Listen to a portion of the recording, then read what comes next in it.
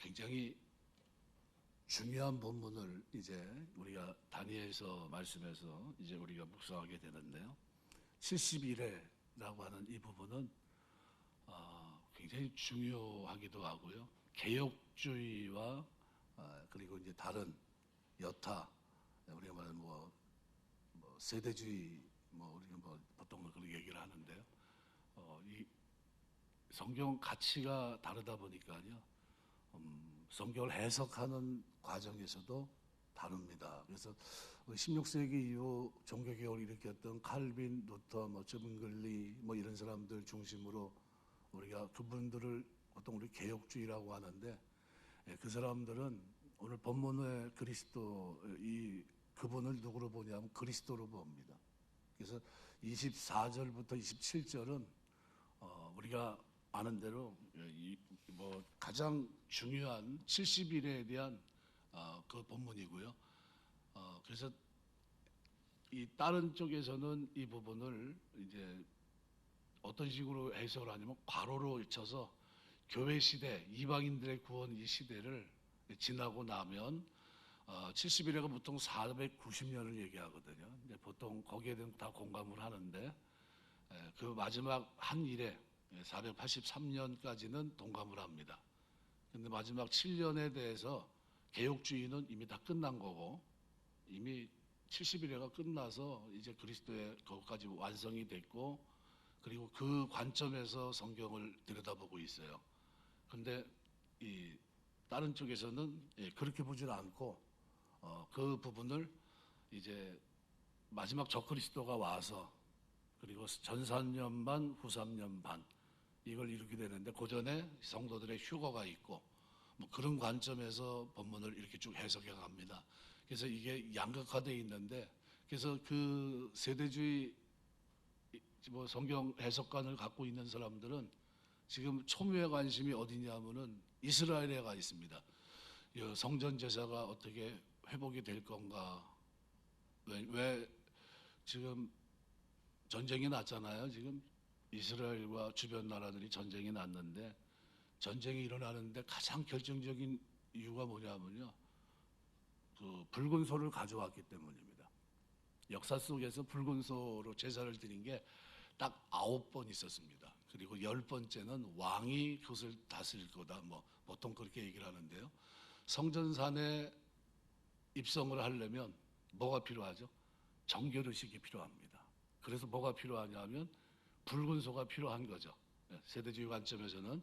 그러니까 지금 붉은 소가 준비가 됐고 성전 제사가 준비가 됐고 그건 다 6,000년으로 정해놓고 그렇게 그것을 정해놓고 지금 마지막 7년 대환란에서 전 3년 반, 후 3년 반에서 있을 환란에 그것을 주도할 적그리스도가 등장하게 되고, 그리고 주님이 왔다가 이제 부활하시고 승천하신 그 사이에 2000년 동안의 교회 시대를 가로로 쳐 있습니다. 가로로. 이것이 끝나게 되면서 그것을 가시적으로 보여주는 마지막 7년의 시간이 돌아갈 때 그때 뭐가 회복이 돼야 되냐? 세대주의에서는 바로 이 부분, 앞에 부분, 성전 제사가 회복이 되고, 그렇죠? 그 사람이 결국은 멸망에 가증한 것이 거룩한 곳에 서게 되는 그 장면이 이제 나오거든요. 근데 이거는 이미 우리 개혁주의 입장에서는 안티오쿠스 에피파네스라고 하는 시리아 왕이 이제 유대, 우리 말 그대로 이스라엘을 정벌을 합니다.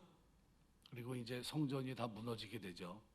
이제 완전히 무너져서 이제는 뿔뿔이 흩어지게 되고 2000년 동안의 그 서름을 당하게 되고 이런 이제 과정을 쭉 지나가게 되는데요.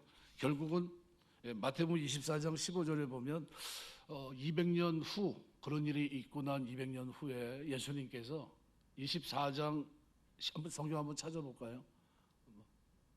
여기 지금 자막이 안 띄웠어요. 제가 지금 설명을 좀 드리기 위해서 지금 잠깐 그 부분을 설명하고 있는 겁니다. 마태복음 24장 15절 찾으셨으면 한 목소리로 한번 읽겠습니다. 시작. 그러므로 너희가 선지자 다니엘이 말한 바 멸망에 가증한 것이 거룩한 곳에 선 것을 보거든 읽는 자는 깨달을진저.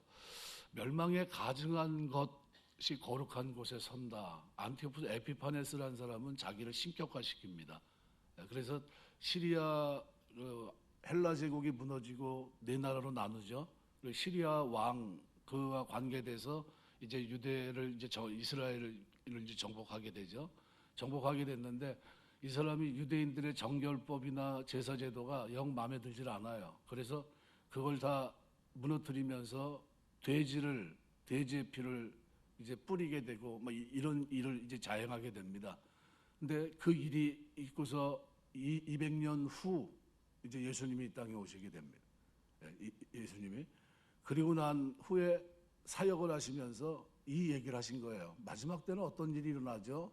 이렇게 질문했는데 그때 예수님이 하신 말씀이 멸망에 가증한 곳이 거룩한 곳에 서거든 이 얘기를 하십니다. 그럼 뭐죠? 미래 시제예요. 미래에 이런 일이 일어나게 될 거다. 그 얘기를 하신 거예요. 그래서 이걸 만일 이 말씀을 그래서 읽는 자는 깨달을진저 했을 때 그 내용은 그 앞에 이 부분. 그래서 보통 그 490년에 대해서 483년까지는 고개를 다 끄덕끄덕거립니다. 그런데 개혁주의에서는 이미 이걸 완성한 것으로 봐요. 그래서 완성한 것으로 보고 해석을 하고 그다음에 세대주의 관점에서는 아직 7년이 남았는데 그 7년 사이에 가로 2000년을 우리가 지금 살고 있고 그것이 시작될 때 이런 일이 일어나고 적그리스도는 그때 가봐야 하는 것이 아니냐 이렇게 얘기합니다. 근데 개혁주의에서는 결론을 졌습니다. 누구로 다 똑같이 한 사람으로 결론을 졌는데 바로 자신을 신격화하고 있는 가톨릭 교황으로 봅니다. 교황으로. 그래서 이미 예수님의 이 사역은 이루어진 것으로 봐요. 그래서 오늘 본문 24절을 6가지를 이제 쭉 설명해 놓고 있거든요. 그래서 70일의 기한 이 490년이 지나고 나면 6가지를 이루게 되는 이 장면을 이렇게 설명하고 있습니다. 그래서 여러분이 이 70일에 대해서 우리는 개혁주의 입장에 있어요. 그러니까 지금 막 휘둘리면 안 되겠죠. 막 성전제사가 다시 진행된다는 것을 뭐를 거부하는 거죠? 예수님이 이미 이루신 사건을 받아들이지 않는 거예요. 그럼 그럴 수가 없거든요. 우리는 이미 그리스도께서 이루신 결과를 지금 받아들이고 있거든요. 그래서 오늘 본문은 다니엘의 기도의 응답으로 하나님이 주신 말씀인데 기도를 하게 된 시발점은 다니엘서 9장 2절입니다. 그래서 한번 보실까요? 다니엘서 9장 곧 그 통치 원년에나 다니엘의 책을 통해 여호와의 말씀으로 선지자 예레미야에게 알려주신 그 연수를 깨달았나니 곧 예루살렘의 황폐함이 70년 만에 그치라 하신 것이니라. 이 성경을 읽는 가운데 깨달음을 얻고 기도를 시작하게 됩니다. 왜 하필이면 70년 동안 포로 생활을 했을까? 역대하 36장 20절 21절을 보시면 같이 한번 읽겠습니다. 칼에서 살아남은 자를 그가 바벨론으로 사로잡아 가매 우리가 거기서 갈대아 왕 그의 자손의 노예가 되고 바사국에 통치할 때까지 이르니라. 이에 토지가 황폐하여 땅이 안식년을 누림과 같이 안식하여 70년을 지냈으니 여호와께서 예레미야 입으로 하신 말씀이 이루어졌더라.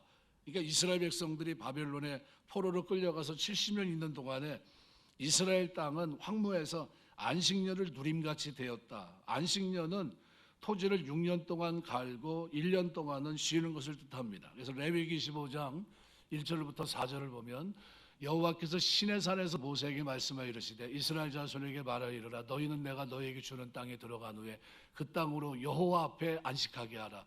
너는 6년 동안 그 밭을 파종하며 6년 동안 그 포도원을 가꾸고 그 소출을 거둘 것이나 일곱째에는 그 땅이 쉬어 안식하게 할지니 여호와께 대한 안식이라. 너는 그 밭에 파종하거나 포도원을 가꾸지 말며 이렇게 얘기합니다. 또 레위기 26장 34절 35절 보면 너희가 원수의 땅에 살 동안에 너희의 본토가 황무할 것이므로 땅이 안식을 누릴 것이라.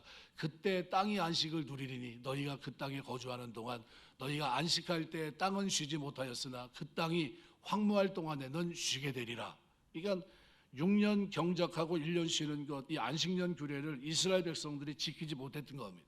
그래서 레위기 26장 43절에 보면 이렇게 얘기합니다. 그들이 내 법도를 싫어하며 내 규례를 멸시하였으므로 그 땅을 떠나서 사람이 없을 때 그 땅은 황폐하여 안식을 누릴 것이요 그들은 자기 죄악의 형벌을 기쁘게 받으리라. 이게 우리가 얘기하고 있는 바벨론 70년입니다. 그래서 이스라엘 백성이 바벨론 70년 동안 포로 생활을 하는 동안에 그들이 살았던 가나안 땅은 안식을 누리게 됩니다. 그럼 70년 동안 안식을 한꺼번에 누린 것이 몇 년의 기간에 대한 안식일까? 490년입니다. 그러니까 이 70일에 대한 거지, 70일에. 그러니까 이스라엘은 바벨론의 포로로 끌려갈 때까지 그동안 70일에 490년에 흐르기까지 안식의 규례를 지키지 못해왔던 겁니다. 그 결과 하나님은 70년 동안 이스라엘 땅이 안식을 누리도록 황무하게 하셨던 겁니다. 그래서 70일의 기한 490년이 지나고 나면 하나님은 6가지를 이루십니다. 3가지 부정적인 요소가 사라지게 되고 그 대신 3가지의 긍정적인 요소가 오게 됩니다. 25절 이하를 보시면 70일에는 세 시기로 구분되는 것으로 볼 수 있습니다. 7일회와 62일회, 이 둘을 합치면 69일회가 됩니다. 69일회가 지나고 나면 27절 말씀에 있는 대로 마지막 한 일에 7년이 옵니다. 그러니까 26절 말씀에 보면 69일회와 마지막 한 일회 사이에 계산되지 않은 중간 부분이 있음을 볼 수 있습니다. 그래서 세대주의 관점에서는 지금 우리는 가로를 살고 있다고 얘기해요. 그죠? 이제 마지막 7년만 남겨놓고 2000년을 지금 살고 있는 거예요. 그러니까 지금 더불어 사는 거죠. 그 이유는 뭐 이렇게 뭐 이방인의 구원을 위해서 하나님이 그렇게 하신 거다, 이런 관점을 가지고 있고, 마지막 7년이 작동하게 될 때 그때 제일 필요한 건 뭐죠? 성전 제사가 회복이 돼야 되는데 제일 먼저 앞장서서 해결돼야 될 문제가 뭐죠? 붉은 소예요. 근데 붉은 소가 2022년도인가 텍사스에서 5마리가 제가 알기로는 이스라엘로 공수가 됩니다. 그리고 그것 때문에 그 다음에 2023년도에 전쟁이 일어나요. 그리고 그 전쟁 목록에 뭐가 있냐면 왜 우리가 전쟁을 일으켰는가, 거기에 보면 너희가 성전을 예배드리기 위한, 성전 산에 올라가서 예배를 드리려면요 정면으로 돼 있는 그곳, 옛날서부터 제사를 드렸던 그곳과 일직선상에 있는데 거기 이제 제사를 드려야 되거든요. 그런데 흠이 없는 소를 찾을 수가 없는데 5마리나 찾았어요. 근데 5마리 가운데 4마리는 지금까지 멀쩡합니다. 한 마리는 약간 문제가 생겨서 그 소를 잡았다고 그래요. 그래가지고 제사를 시범 케이스를 2025년도에 한번 예행 연습을 했습니다. 뭘 얘기하는 거죠? 그걸 하겠다는 겁니다. 진행하겠다. 그래서 지금 세팅이 다 돼 있어요. 우리가 말한 대로 뭐 이스라엘 뭐 제사를 지낼 수 있는 그 제사장 500명이 준비되어 있고요. 그 다음에 성전 기물 다 준비가 되어 있고요. 그런 식으로 진행이 다 돼갑니다. 지금 그것이 그렇게 진행이 되거든요. 근데 그거는 뭘 예비하고 있는 거죠? 그들은 아직 예수 그리스도를 아직 몰라요. 유대인들은. 그래서 그들이 회개하고 돌아와야 되는데 그들은 일단 뭐부터 해결하려고 합니까? 하나님 앞에 예배 드리려면 어떻게 해요? 자기의 죄 문제, 거기서 거기까지 가는 데는 기드론 시내가 있어서 뭐가 있죠? 죄 오염을 받는다는 생각을 가지고 있습니다. 그래서 죄 가지고는 하나님 앞에 나갈 수 없기 때문에 걔네들은 제사장들 자체가 이중육교를 돕니다. 그래서 이중육교라는 게 뭐냐면 밑에는 사람이 다닐 수 있지만 그 2층에 또 하나의 길을 내서 제사장이 소를 끌고 직접 죄의 영향을 받지 않고 나아가서 제사를 드릴 수 있는 이거를 준비하거든요. 근데 실제로 그렇게 하는 겁니다. 그렇게 진행을 해가고 있어요. 그래서 그런 것들을 이렇게 보면 세대주의가 얘기하는 게 마치 시간표가 돌아가는 것처럼 맞을 수도 있겠다 하는 생각을 갖고 있지만 우리는 개혁주의입니다. 이미 성전은 예수님께서 모든 걸 이루시면서 어떻게 해요? 제사는 완성해버린 겁니다. 그래서 70일회가 지나고 나면 어떤 일이 일어나게 될지를 살펴보면요, 3가지 부정적인 요소가 오늘 본문에 보면 24절에 첫 번째가 허물이 그치며, 하나님의 뜻을 거역하고 하나님께 배반하는 것, 이게 허물입니다. 하나님은 인류를 죄에서 구원하시기 위해 독생자 예수 그리스도를 보내주셨습니다. 근데 유대인들은 메시아를 받아들이지 않아요. 기름 부음 받은 자를. 이게 결국 하나님의 뜻을 거역한 겁니다. 그러나 70일회가 지나고 나면 저들은 자신들이 배척한 그리스도를 영접하게 될 거다, 이렇게 얘기해요. 두 번째는 죄가 끝나며 그랬습니다. 거룩하신 하나님은 이스라엘을 제사장 나라와 거룩한 백성으로 삼으셨습니다. 하나님께서 이스라엘을 제사장 나라로 세우신 이유가 뭐냐 하면요, 그들을 통해 다른 이방 나라들이 하나님께 돌아오도록 하기 위함입니다. 그런데 이스라엘은 오히려 이방 나라와 동화됩니다. 이방 신들을 뭐 말 그대로 물러날 정도로 섬깁니다. 하나님은 이스라엘을 거룩한 백성으로 삼으셨는데 하나님이 그들에게 요구하는 삶의 기준이 있습니다. 바로 성결하고 거룩하게 사는 거죠. 그런데 그들은 거룩하게 살지 못했습니다. 그래서 그가 하나님 앞에 죄예요. 그게. 근데 죄가 끝난다는 겁니다. 70일회가 지나면 이러한 죄는 더 이상 없게 된다. 또 죄악이 용서되며, 이게 유대인들은 그동안 하나님 앞에서 행해왔던 모든 불의한 일들도 사함을 받게 될 겁니다. 우리 그리스도인들은 이미 갈보리 십자가에 흘리신 예수님의 보혈로 우리의 모든 죄를 용서받았습니다. 그러나 유대인들은 예수 그리스도를 영접하지 않았어요. 죄악을 용서받지 못했던 겁니다. 근데 70일회가 지나고 난 뒤에야 비로소 그것이 가능하다는 겁니다. 그때는 유대인들도 예수 그리스도를 자신의 구세주로 다 영접하게 될 것이기 때문입니다. 이것이 70일회가 지나고 나면 일어나게 될 이 부정적인 세 가지 모습이에요. 그러면 70일회가 지나고 나는 우리에게 주어질 긍정적인 세 가지 요소는 뭘까? 첫 번째는 영원한 의가 드러나며 더 이상 이 땅에 불의가 없다는 겁니다. 왜요? 속량 죄사함 받게 하시기, 주님이 피 흘려서 값을 치르셨기 때문입니다. 또 환상과 예언이 응하며 모든 환상과 예언이 다 이루어질 겁니다. 우리 예수님이 구름 타고 다시 오신다는 약속도 그때는 성취되게 될 겁니다. 그리고 마지막에 지극히 거룩한 자가 기름 부음을 받으리라. 그래서 지극히 거룩한 자는 예수 그리스도를 가리킵니다. 그래서 지극히 거룩한 자, 옛날 기름 부음을 받은 직분에는 왕, 제사장, 선지자 세 직분이 있습니다. 유대인들은 예수님을 만왕의 왕으로 인정치 않았습니다. 그런데 이 세 가지 직분을 한 몸에 안고 있는 분은 예수님밖에 없어요. 그러니까 70일회가 지나고 나면 유대인들도 예수님을 만왕의 왕으로 받들어 섬기면서 그 앞에 저들의 무릎을 꿇게 된 겁니다. 그래서 유대인들에게 있어서 이 6가지가 이루어지는 것은 70일의 후의 일이다라는 겁니다. 그러나 예수 그리스도를 믿음으로 말미암아 구속함을 받은 우리 성도들은 하나님의 은혜로 이 모든 것을 지금 벌써 누리고 있습니다. 그러니까 예수 십자가의 보혈로 이미 우리의 허물이 맞춰졌고요. 죄도 끝났고 죄악도 용서됐고 우리는 하나님 앞에 의롭다함을 받았습니다. 또 우리는 하나님의 말씀을 붙들고 그 말씀이 살아 역사하는 것을 매 순간 체험하며 살아가고 있습니다. 아울러 우리는 우리 주 예수 그리스도를 만왕의 왕으로 보시고 경배하며 살고 있습니다. 그래서 이 모든 것이 하나님께서 우리에게 베푸신 은혜입니다. 그래서 오늘 우리가 이 본문 70일에 이거 아주 난제입니다. 난제. 난해구절이라고 그러죠. 2000년 동안 똑같은 본문을 가지고 전혀 다르게 해석하는 양대산맥이 있습니다.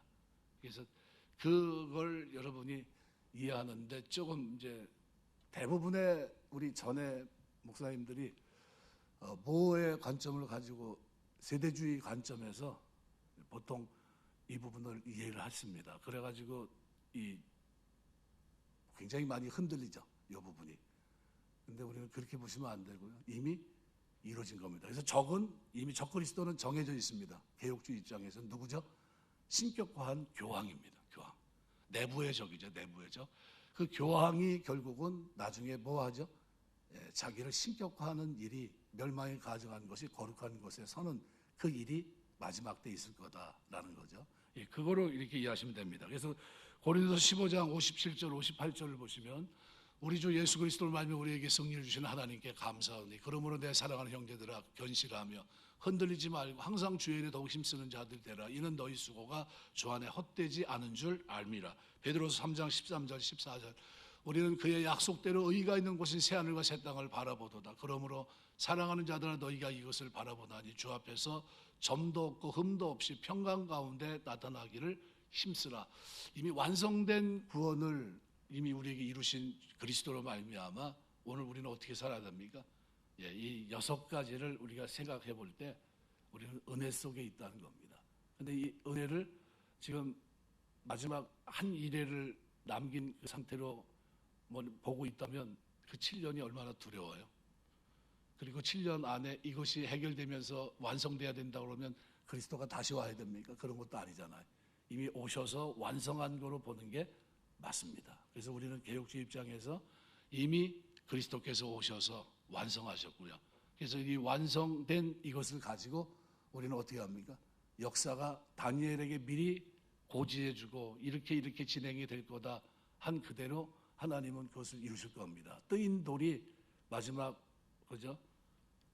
메데 바사 그다음에 헬라 로마로 이어지는 열 발가락 시대, 그 시대가 진행이 되다가 결국은 뜨인 돌에 의해서 역사가 종지부를 찍게 될 겁니다. 마침표를 누가 찍죠? 하나님이 우리의 구원을 완성하시는 재림, 그때 그것이 모든 것이 이루어지게 됩니다. 그래서 오늘 본문을 우리가 쭉 생각하시면서 의문이 되는 분들은 나중에 또 한번 질문하시면 좋을 것 같아요. 이게 굉장히 복잡한 난제이기 때문에 여러분이 그걸 이걸 잘 모르겠습니다 하시는 분들은 설명을 나중에 제가 개인적으로 드릴 수 있도록 하겠습니다. 그래서 세상 역사는 오로지 하나님이 정하신 계획대로 흘러가고 종결이 될 겁니다. 그래서 오늘 가브리엘 천사를 통해서 하나님의 응답으로 70일의 예언에 대한 내용을 우리가 잠깐 묵상하고 있는데요. 이 490년에 대해서 모든 학자들이 동의합니다. 가장 타당한 해석은 70일에 그리고 7일에와 62일에를 예루살렘성 중건 명령이 내려진 때부터 기름 부음 그리스도의 초림 때까지로 보고 나머지 한 일회를 세상 종말 직전에 한 일회로 보면서 이제 생각을 합니다. 이렇게 볼 때 69일에는 아닥사스가 성전 중건 명령을 내린 BC 458년경 그리스도께서 초림하셔서 공생애를 시작하시기 전 세례 요한으로부터 세례를 받은 AD 25년까지가 될 겁니다. 그리고 마지막 한 일에는 소위 7년 대환란으로 불리는 세상 종말의 때를 가리킵니다. 문제는 그리스도께서 공생애를 시작하신 때부터 7년 대환란이 시작되는 시기까지의 기간이 어디까지 포함되느냐 하는 겁니다. 여기에 대해 학자들은 26절, 27절에 근거해서 69일에와 마지막 한 일에 쌓이는 그 기간을 측량할 수 없는 시간적 공백기가 존재한다고 주장합니다. 이 해석을 받아들일 경우 우리는 중요한 사실을 발견할 수 있습니다. 그것은 세상의 역사는 철저하게 하나님께서 정하여 놓으신 계획과 시간의 작정에 따라 흘러가고 있기 때문에 결국 언젠가는 세상의 종말로 종결된다는 겁니다. 하나님께서는 세상 역사의 전개 과정을 다 정해 놓으셨습니다. 하나님의 작정에 따라 선민이 70년 포로 기간이 끝났고 하나님의 작정에 의해서 예루살렘 성 중건 명령이 내려졌고 하나님의 작정에 따라 하나님의 기름 부음 받은 자 곧 그리스도가 세상에 오셨고요. 이러한 역사 전개는 하나님께서 정하여 놓으신 시간에 따라 정확하게 이루어졌습니다. 세상 역사는 철저하게 하나님께서 정해 놓으신 계획에 따라 흘러갑니다. 오늘 우리는 그러한 하나님의 계획과 시간 중에서 그리스도의 세례로부터 7년 대환란기가 임할 때까지의 기간이 명시되지 않은 중간의 공백기를 살아갑니다. 중요한 것은 우리는 하나님께 정해놓으신 계획과 시간에 따른 역사 전개의 과정 가운데 서 있다는 사실이고 이러한 세상 역사는 결국 7년 대환란기를 끝으로 종결된다는 사실입니다. 그러니까 이 사실을 우리는 인지하고 있어야 돼요. 그래서 어떤 분이 다니엘서를 설교하면서 그런 얘기를 했더라고요. 제가 아는 훌륭한 어떤 목사님이 그러더라고요. 자기가 존경하는 스승님이 이런 얘기를 했는데 모르긴 몰라도 30년 안에는 주님이 오실 거다 이 얘기를 하셨다고 그러더라고요. 그만큼 성경의 모든 예언들이 다 이루어지고 가시권 속에 있다라는 거죠. 그래서 여러분이 만약 세대주의 입장에 있지 않다 할지라도 양대 산맥이라고 할 수 있는 개혁주의 입장에서 해석하는 것과 세대주의 입장에서 해석하는 게 483년까지는 똑같은 입장을 취하고 있다. 다만 마지막 7년에 대해서 이쪽은 이미 기름 부음자가 와서 이미 완성을 한 것이고 저쪽은 어떻게 해요? 그 공백기에 뭐부터 시작됩니까? 만약 환란이 시작되기 전에 휴거가 있을 것이고 휴거가 시작된 후에 그 다음에 환란이 있을 거다. 뭐 그렇게 보통 얘기를 합니다. 근데 어느 게 맞는지는 정확하게 우리가 몰라요. 왜 모르죠? 겪어봐야 할 것 같아요. 네. 이건 둘 다 자기네들이 믿는 라인 안에서 성경 그 설계 속에서 이렇게 설계하고 있습니다. 근데 우리는 개혁주의 입장에서 우리는 이미 이루신 사건으로 받아들입니다. 그리고 그 내부에 적이 결국은 역사의 마지막에 자신을 존재감을 드러낼 텐데 그게 누구냐면 교황입니다. 교황. 그래서 이 부분은 우리 종교 개혁을 일으켰던 전체 똑같은 일성입니다. 똑같은 소리예요. 바뀌지 않습니다. 그들은 똑같이 한 사람을 지목했어요. 교황이 자기 말씀보다 위에 권위를 두고 있기 때문에 그가 그 사람이다. 멸망의 가증한 것이 거룩한 교회에 서거든 바로 그것이 교황이 될 거다. 이렇게 얘기를 합니다. 그래서 그거에 대한 이견이 우리에게는 없어요. 그래서 그런 관점에서 여러분 보시면 됩니다. 중요한 것은 우리를 하나님께서 정해놓으신 계획 시간에 따라 역사 전개 과정 가운데 서 있다는 것이고 세상 역사는 결국 7년 대환란기를 끝으로 종결된다는 겁니다. 이걸 인식하고 있어야 됩니다. 역사의 주가 되신 하나님의 뜻을 헤아리며 사는 이 지혜가 우리에게 있어야 돼요. 마치 역사가 아무렇게나 흘러가는 것처럼 여기고 하나님을 알지 못하는 악인들처럼 교만하지 않을 수 있는 이유는 하나님의 뜻을 알기 때문에, 시간표를 알기 때문입니다. 사라질 이 세상에 소망을 두지 않고 영원한 하나님 나라를 소망하고 살아갈 수 있는 이유가 마지막 이 한 일에 대한 입장을 우리가 분명히 갖고 있기 때문입니다. 마지막 한 일회가 임하기까지의 공백기가 우리에게 알려지지 않은 것은 하나님께서 우리로 하여금 항상 세상의 마지막이 가까이 이른 것처럼 근신하며 살게 하기 위한 겁니다. 그래서 베드로서 4장 7절은 이렇게 말합니다. 만물의 마지막에 가까웠으니 그러므로 너희는 정신을 차리고 근신하여 기도하라. 2000년 전 베드로는 세상의 마지막이 이를 줄 알고 당신의 성도들에게 근신하는 삶을 살 것을 주문했던 겁니다. 그때에 비하면 오늘날은 분명 7년 대환란이 매우 가까운 때라고 아니할 수 없습니다. 이 세대가 72대 중 마지막 한 일에 임박한 시점임을 분명히 인지하고 있어야 돼요. 뭐가 준비가 됐죠? 붉은 소가 준비가 돼 있다는 걸 기억하시고요. 그리고 제사장 500명이 준비가 돼 있고 성전 기물이 모든 게 다 세팅이 딱 돼 있어요. 예행 연습했다고 안 했다고요? 이미 했어요, 작년에.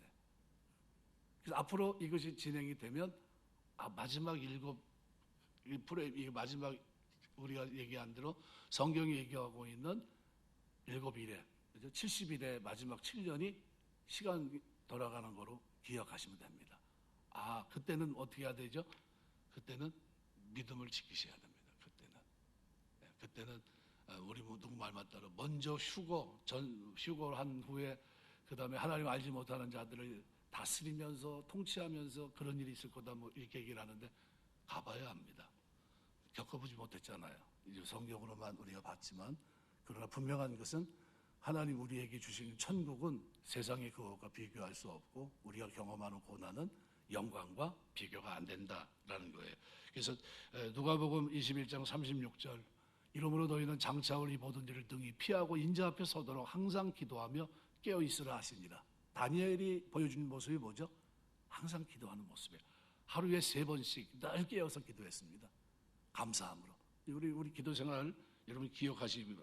베드로 3장 11절 12절 이 모든 것이 이렇게 풀어지리니 너희가 어떠한 사람이 되어야 마땅하냐. 거룩한 행실과 경건함으로 하나님의 날이 임하기를 바라보고 간절히 사모하라. 그날에 하늘이 불에 타서 풀어지고 물질이 뜨거운 불에 녹아지려니와.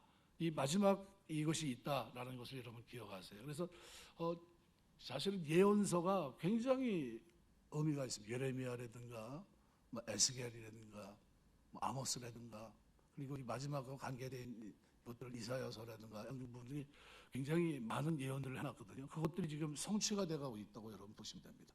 완성이 돼가고 있다. 그러나 이미 완성됐지만 구약의 마지막 한 일에 그 단추가 만약에 시작되기 전에 그 장면은 뭐죠? 성전 제사의 회복입니다. 그것이 돼야 이것이 되는데 성전에 들어가려면 뭐부터 해야 되죠?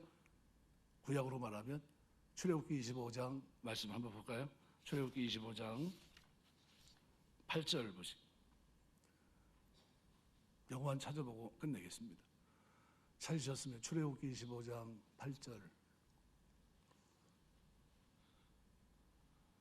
앞에서 두 번째입니다. 출애굽기 찾으셨으면 같이 읽겠습니다. 시작.